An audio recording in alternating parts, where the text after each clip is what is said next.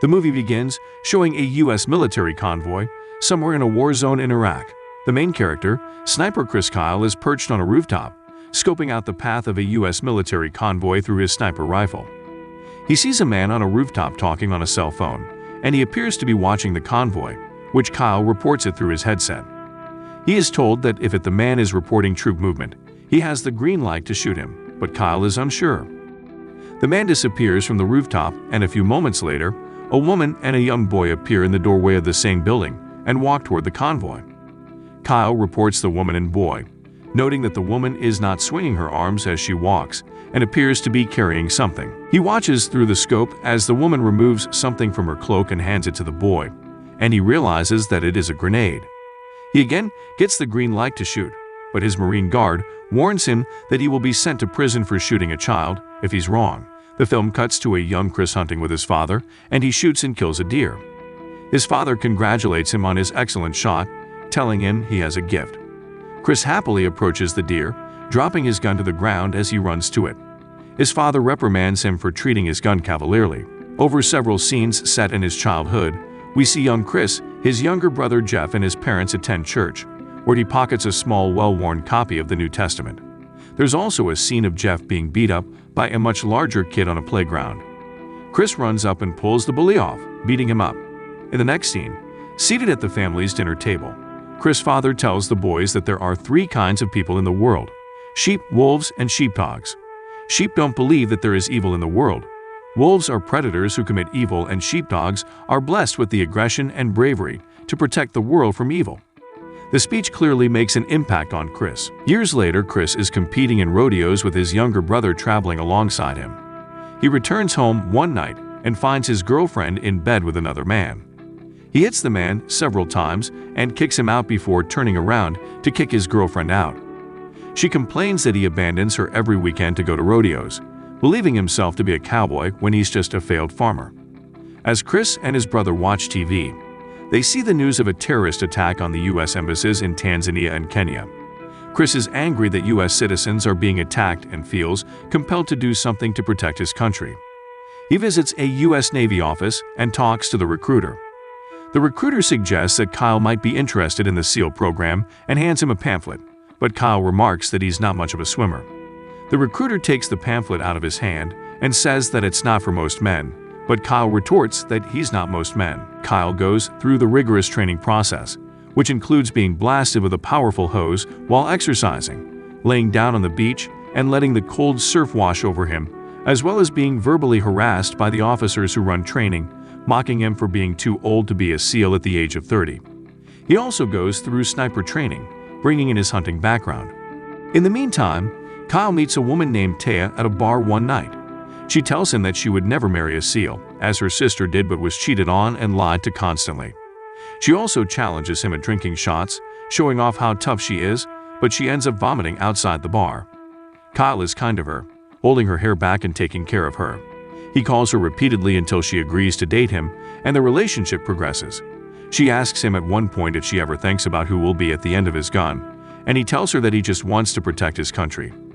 On their wedding day, he and his fellow SEALs receive word that they will be deployed to Iraq, which they celebrate.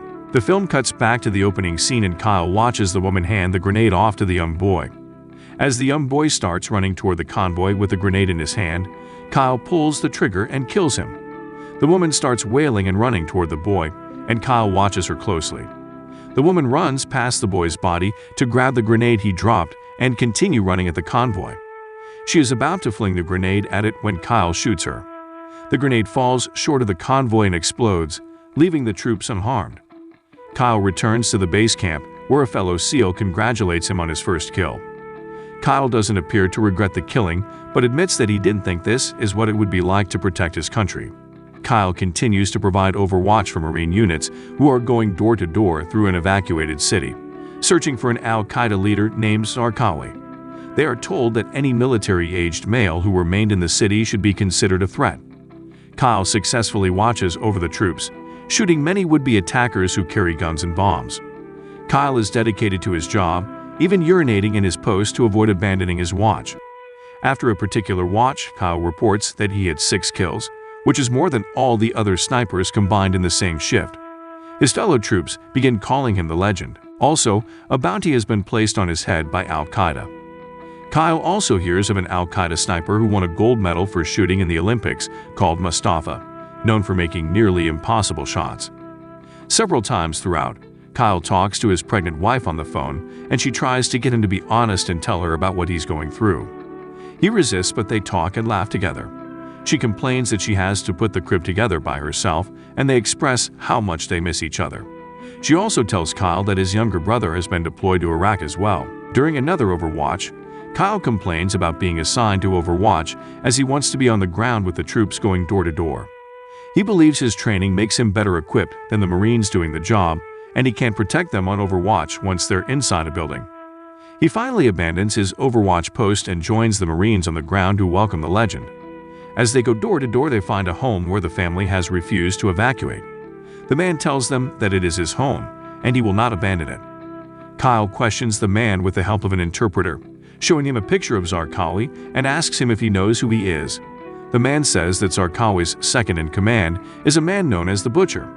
He can give Kyle information on the Butcher, but he wants $100,000 in return. Kyle promises to help him, and the man provides a name. Kyle has the name checked out, which turns out to be useful intelligence, so they prepare to bring the cash to the man. As the SEALs drive back to the man's home to bring him the money, Kyle calls Taya, who tells him that she has just learned their baby is a boy. Kyle is overjoyed when his vehicle is suddenly attacked, and he drops the phone while it is still connected. Taya listens in horror to gunfire and screaming, unsure of what is going on. Mustafa is shooting at the men, and Kyle tries to take him out, but is unable to do so, as he is pinned down by gunfire. The Butcher found out that the man gave up information to the troops, and he kills the man's young son with a handheld power drill. He also shoots the man and screams out a warning to anyone who cooperates with the U.S. military. The Butcher and Mustafa both get away unharmed. More troops arrive, and Kyle and his men are able to get out safely. A few days later, the troops return and Taya tearfully reunites with Kyle. Kyle tries to adjust to life back at home. While at the obstetrician's office for a checkup, the doctor asks him how he's doing, to which he responds that he's fine. She takes his blood pressure, which is slightly high. Both the doctor and Taya are extremely concerned about him, but Kyle brushes off their concerns and says he will take care of it. As they drive away, Taya tries to get him to open up, but Kyle just repeats that he's fine. Taya goes into labor, and they rush to the hospital where she gives birth to their son. Kyle redeploys for a second tour. After arriving in Iraq, Kyle sees his younger brother marching with his troop. Kyle cheerfully greets Jeff, who is about to be sent home and is much more battle-worn and conflicted. Jeff wearily walks away and tells Kyle, using the F word, to indicate how terrible a war zone is. In the search for the Butcher, Kyle leads a team of SEALs, including men he has served with for a long time, and they are clearly a close-knit group. One of his men, Mark, begins to express regret about the war, and Kyle reminds him that they are patriots serving their country and protecting their families. On one mission, the team gets intelligence that the Butcher may be hiding out in a particular building. The team breaks into a home across the street from the building, though the man that lives there with his family says that they have no knowledge of any terrorist activity. The SEALs watch the building from the home, realizing they will have a hard time getting in when the man tells them that it is a holiday and he wants to invite them to be guests at his table. The SEALs join them for a meal, eating and talking boisterously. The man reaches across the table to his son, and Kyle notices that his elbows are rubbed raw, which somehow tips him that the man might not be as innocent as he professed. He gets up under the pretense that he's going to the bathroom and searches the apartment until he finds a hidden compartment in the floor filled with guns and weapons. He returns to the dining table, taking the man into the other room and showing him what he has found. He tells the man that he will help the SEALs get into the building. At gunpoint, they force the man to knock on the door. The door opens to allow the man in, as he is clearly known to the people inside. When a sniper takes out the door opener, the man grabs the door opener's gun and tries to shoot at the SEALs who take him out. The SEALs enter the building, clearing room after room looking for the Butcher, who escapes through back tunnels. Next mission. In a casual conversation, another SEAL, Biggles, reveals that he's purchased an engagement ring locally to save money. The men tease him about the quality and possible blood origins, but Biggles laughs it off and says he will tell his girlfriend it's from Zales.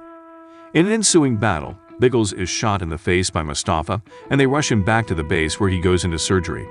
The troops head back out immediately, burning to get revenge, and Mark is shot during the mission and presumably killed. Between deployments, Kyle continues to struggle to readjust to civilian life. Loud noises seem to startle him deeply.